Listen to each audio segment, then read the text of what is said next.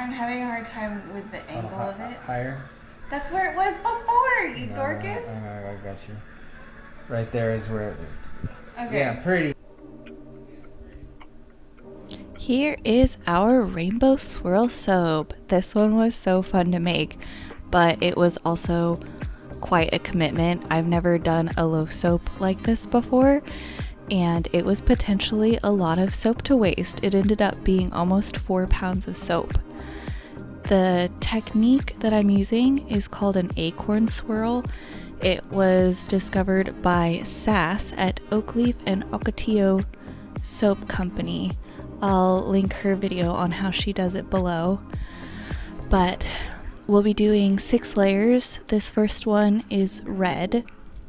Red is kind of a difficult color to get correct. It can look kind of pink, and I think it does look kind of pink in this soap, but I think it works, and I'm not gonna rack my brains trying to get it absolutely perfect. I actually wish that the design had worked out a little more what I had in my head. I love how it turned out, but what I was going for was more clarity in the layers, so like not so opaque.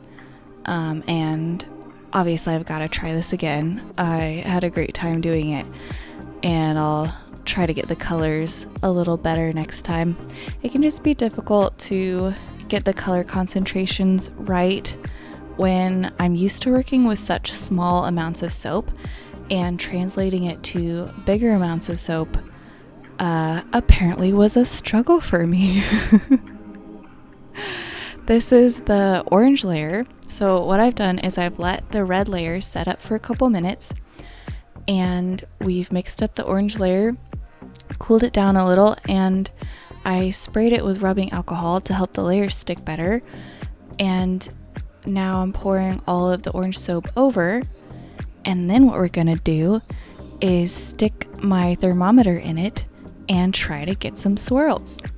You can't see it so much. These layers are pretty similar in color for what my camera picked up. I sprayed some more rubbing alcohol right there. It's just to pop the bubbles. It evaporates, but I mean, maybe you do want bubbles, I guess. I don't know. I didn't really want bubbles in this design, so I tried to pop them.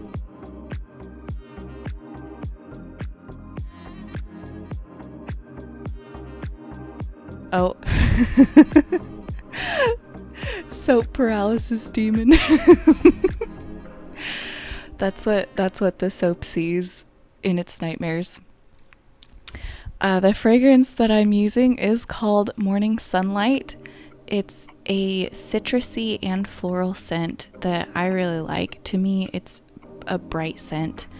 What's interesting about this scent, though, is everyone who smells it likes it, but no one can really agree on what it smells like.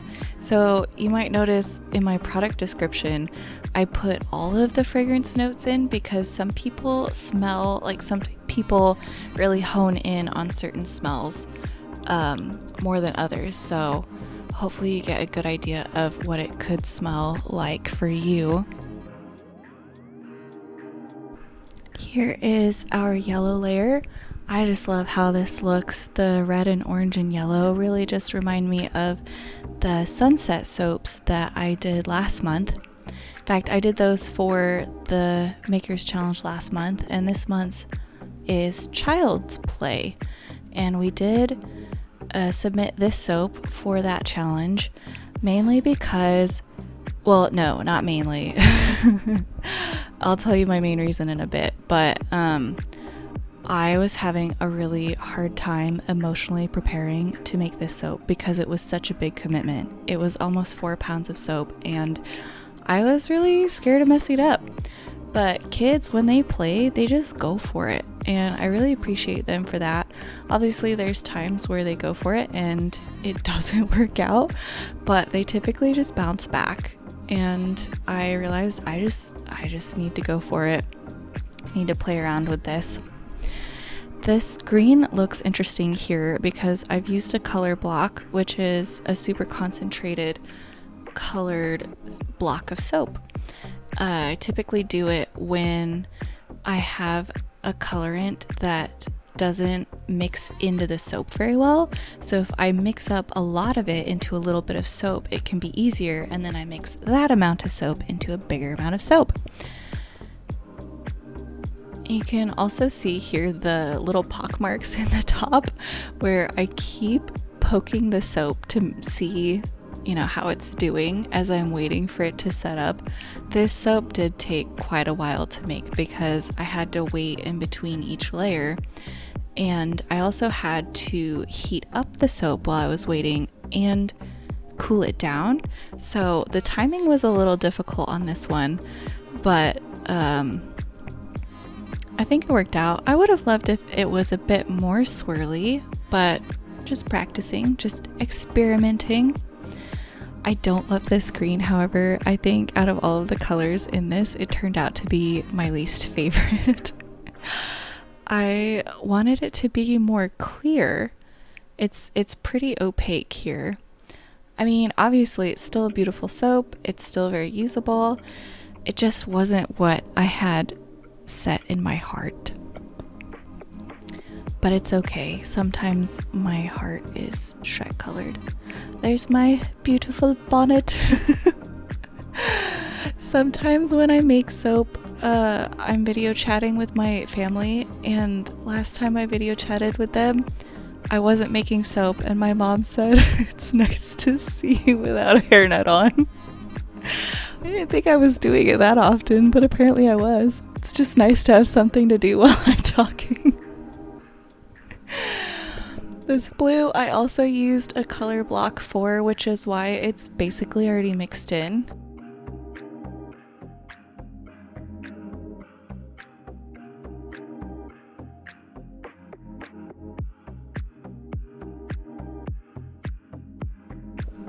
This was probably the weirdest layer to pour because the blue is see-through, the green is not. And so when I mixed it up, excuse me, when I mixed it up, it looks like seafloor, but from above it was a really nasty color. Like you would think that green and blue would look good together, but it was just a weird color. I can't say like, ugh. But it does give a really cool effect. In fact, if you go to the original lady who created this technique, she's got some pretty cool ones that she does where she plays with, some of the soap is clear and some of it is more opaque, and it turns out really well for her. So that was a cool discovery, and it definitely makes me want to do some ocean themed soap, maybe some ocean floor soap.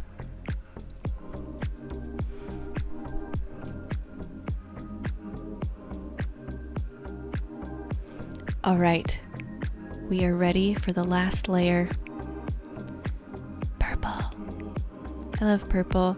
Some of the colors don't have sparkles in them, the mica, and honestly I can't decide which kind of colors I like better.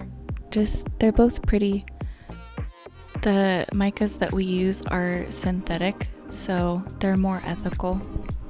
Although nothing is ethical under capitalism. I'm just kidding, buy our soap. So the other reason that we decided to enter this soap into the Child's Play challenge is that we believe that play is an integral part in children's development, and in order to play, you need to feel safe.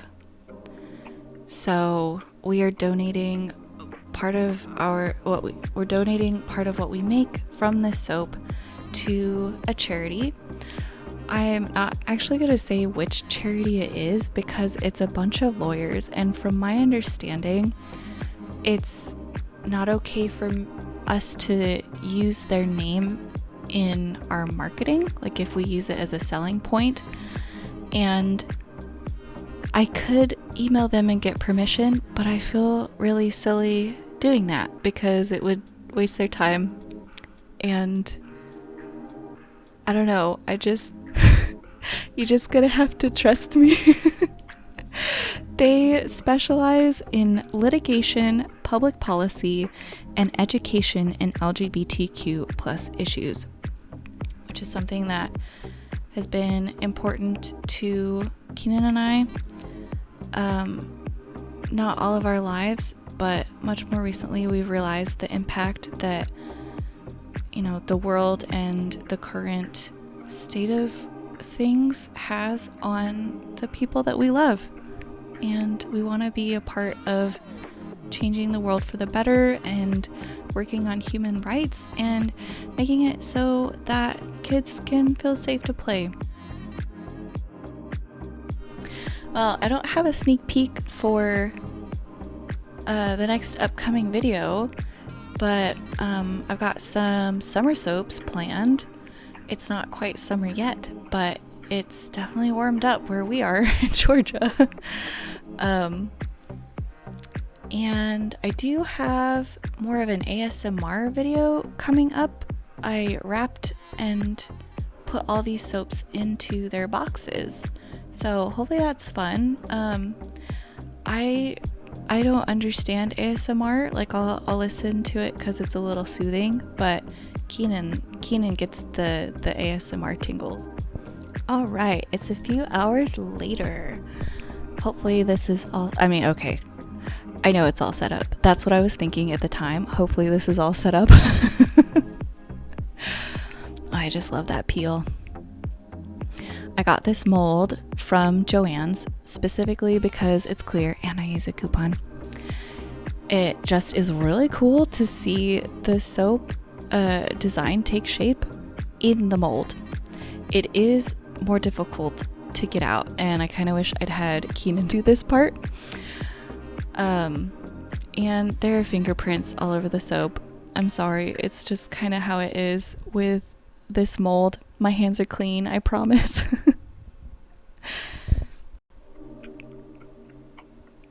I spent a lot of time measuring it and marking where the cuts should go.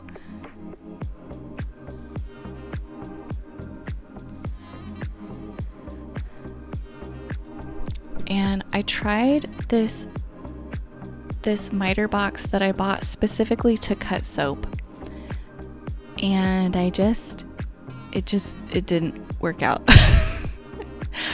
I could have cut it better just freehanding it. I don't really know why it didn't work better. I mean, there is room for the knife to wiggle around, but I would have assumed it wouldn't have wiggled around that much. So I ended up just, trying my best. This is my first loaf soap, so they are cut a little wonky, but hopefully that just contributes to the handmade vibe. Because we're all a little wonky, aren't we? That's okay. Here I am struggling to find the camera view. Keenan was trying to help me, and I was still having problems because we don't have